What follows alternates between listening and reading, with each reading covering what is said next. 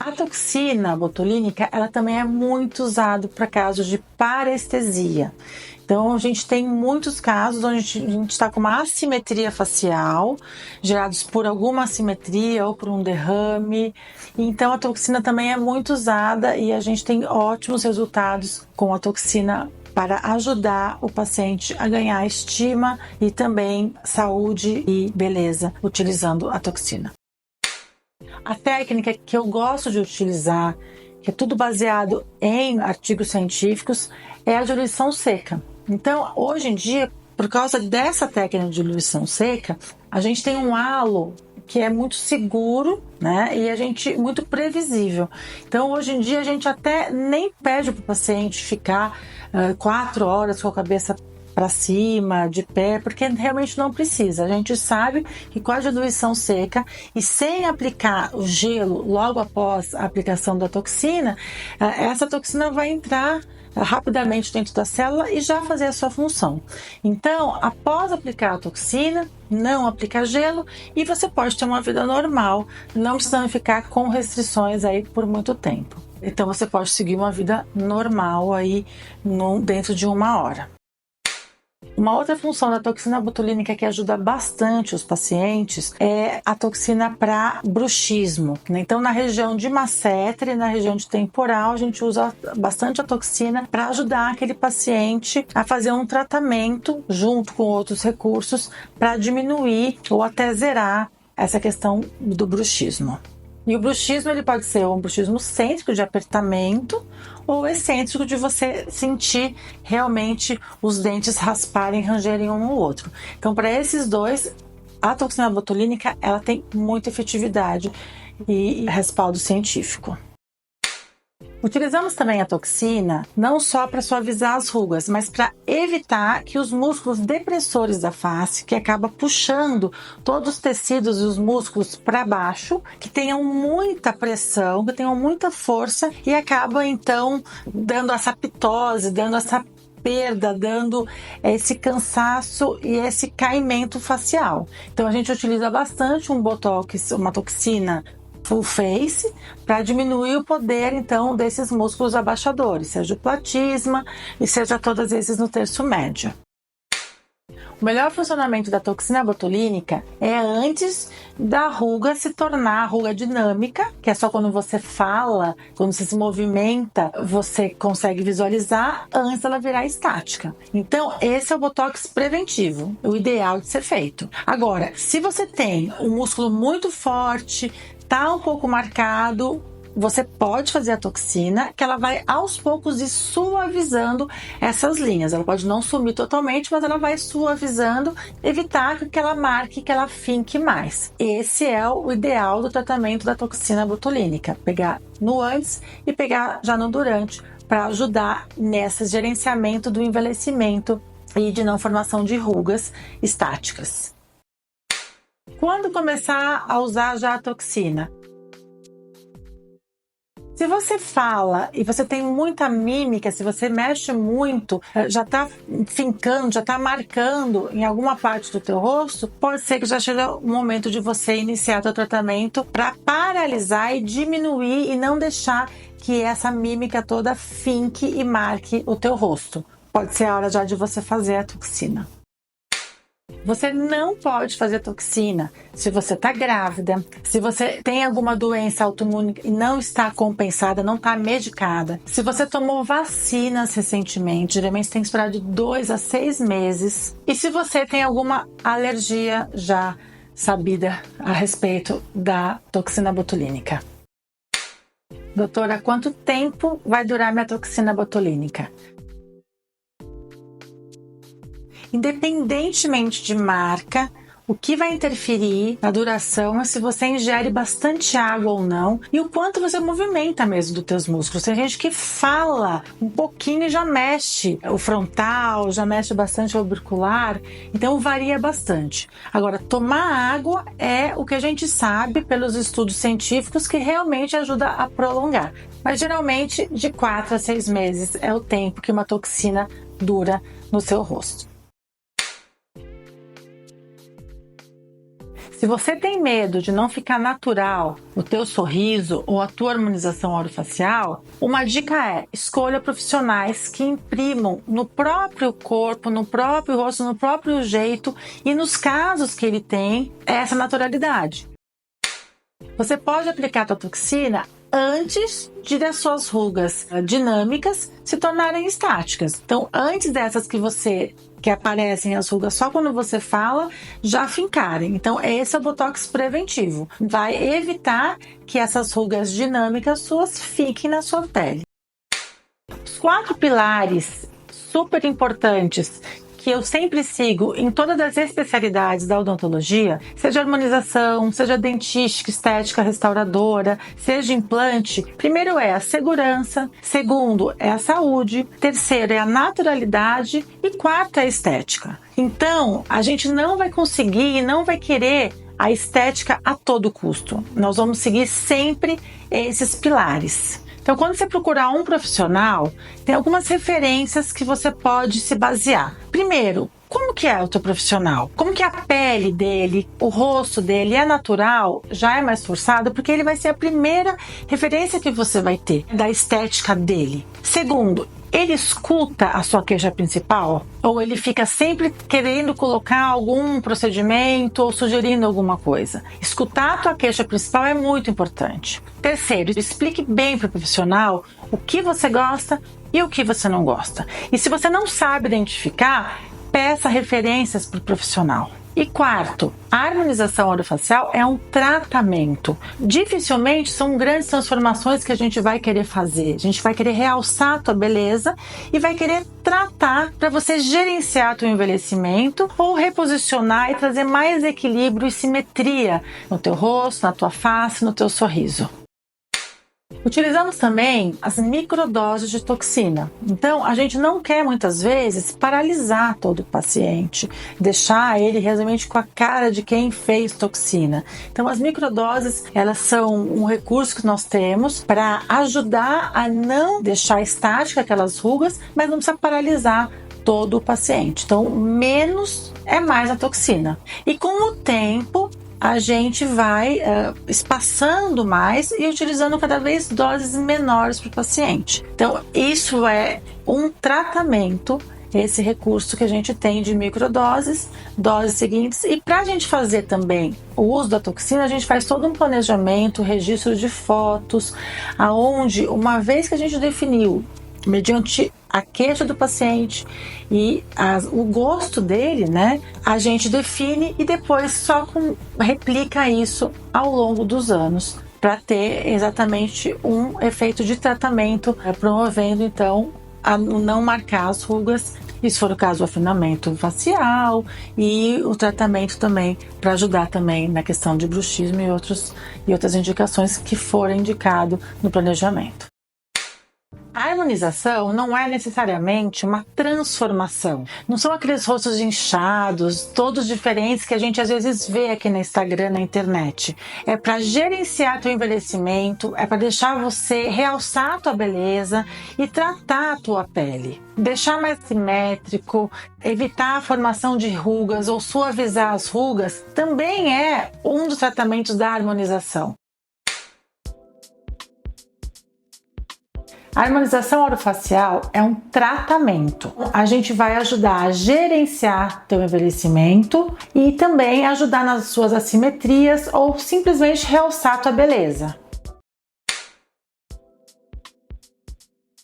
A harmonização, como eu disse, é um tratamento. Todo dia você vai envelhecer. Então a gente tem que fazer com que a harmonização ganhe do processo de envelhecimento. Então sempre vai ter recursos, sempre vai ter tratamentos que a gente pode oferecer na ROF, que é a harmonização orofacial, para ajudar a você se sentir bem e realçando a tua beleza. Será que você tem mau hálito? Acha que tem?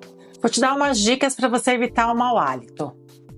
Raspe sempre a tua língua, escove bem os dentes, massageie tua gengiva, passe o fio, tome bastante água, tente alinhar teus dentes para você facilitar a tua escovação, não fume, Não fique muito tempo sem comer.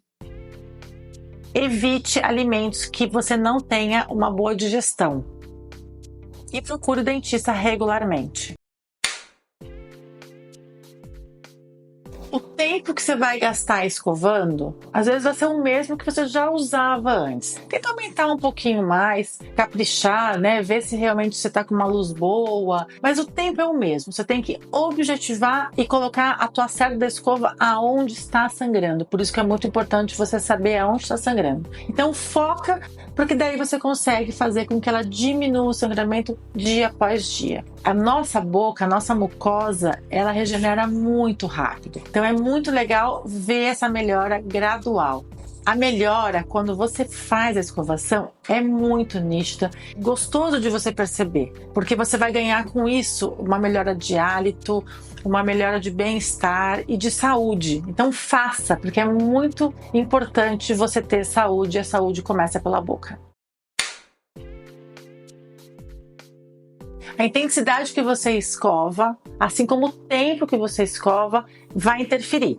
Você tem que ser delicado o suficiente para não machucar a tua gengiva e você tem que usar uma pressão ideal para você conseguir remover a sujeira da parte dos dentes, que é um tecido duro. Então, perto da gengiva, com mais delicadeza, perto dos dentes com um pouquinho mais de pressão para você remover. No ângulo certo, para você não desgastar seus dentes e também num tempo ideal, pelo menos uns 3 minutos para você conseguir fazer a remoção aí da placa de bactérias da tua boca.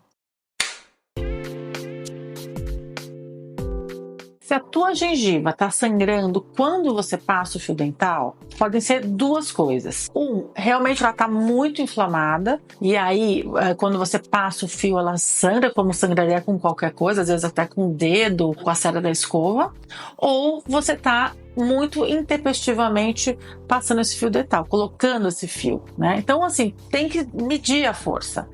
O que eu gosto muito é o uso da fita. A fita dental, que ela não é o fio, ela tem uma área de ação maior, ela vai cortar menos. Então, se você tem muita força, se você acha que você faz muita pressão, você tenta utilizar uma fita e entrar um pouco mais devagar.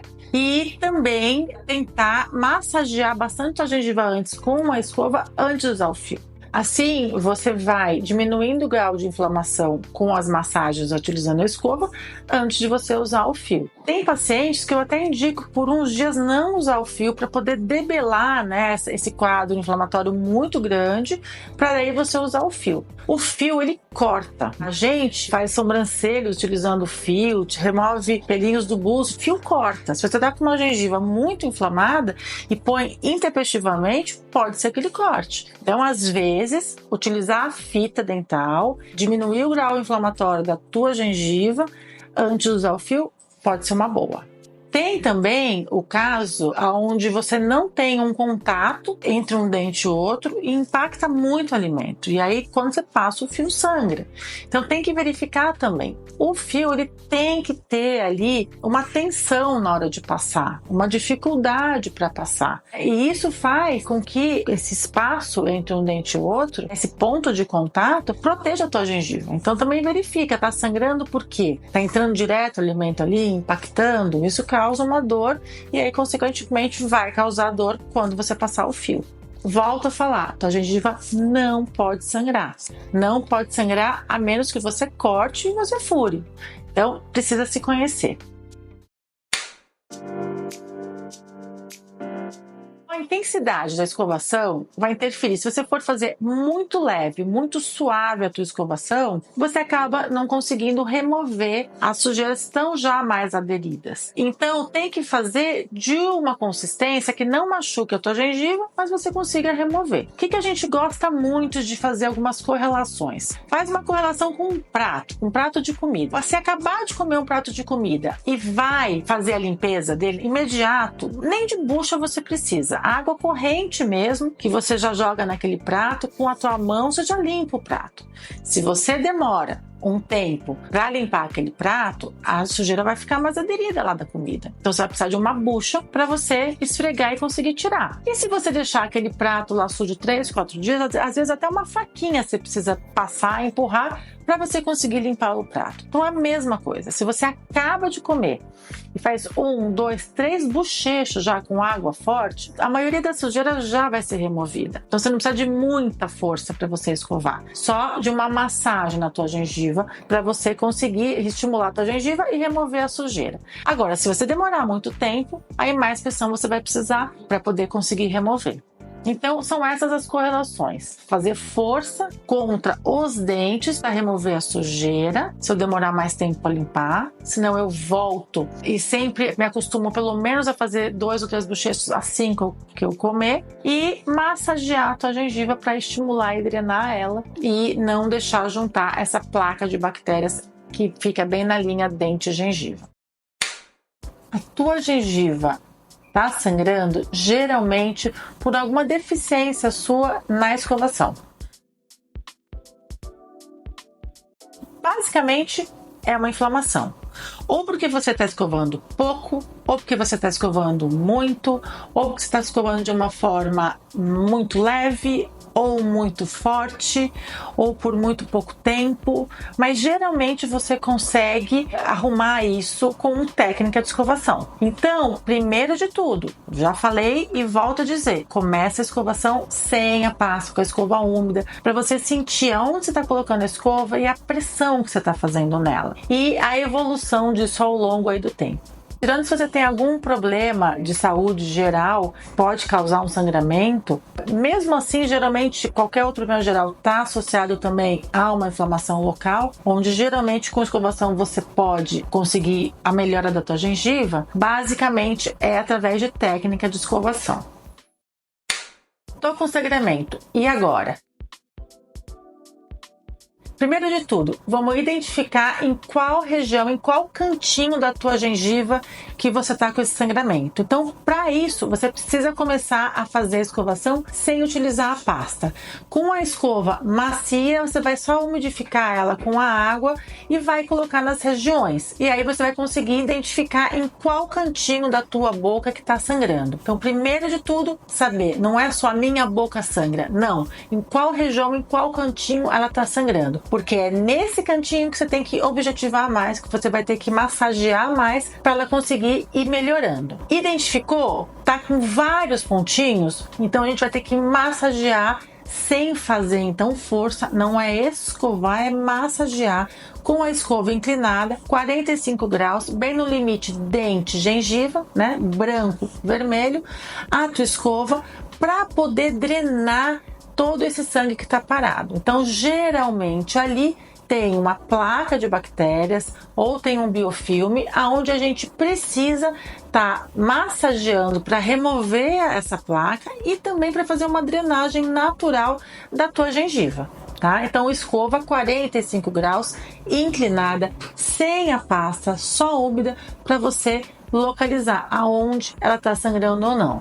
Geralmente, a minha boca está sangrando, a minha gengiva está sensível, está com algum grau de inflamação. A tua sensibilidade é muito importante quando você coloca, quando a cerda da escova nessa região está sensível, está muito sensível, é só de tocar ela já sangra, né? Então eu vou começar com isso a identificar os pontos para eu poder objetivar e escovar melhor nessas regiões. O que mais eu posso fazer para ajudar?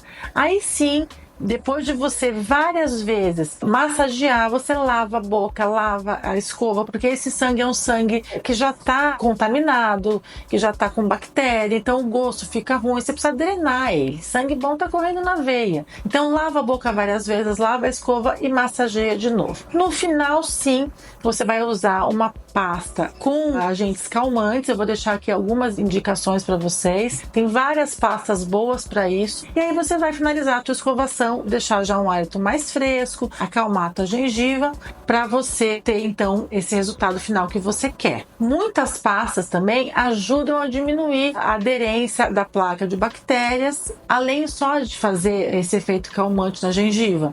É importante utilizar sim a pasta depois como um complemento, mas antes sempre você identificar aonde sangra no dia de hoje e aonde aos poucos você vai tendo uma melhora depois dessa massagem. Sua gengiva não pode sangrar. Sangramento na boca é sinal de problema, é sinal de doença. E não só vai te causar problema nos dentes, na boca, como mau hálito, vai também te causar problemas no teu estômago, no todo o teu sistema gastrointestinal e também no coração.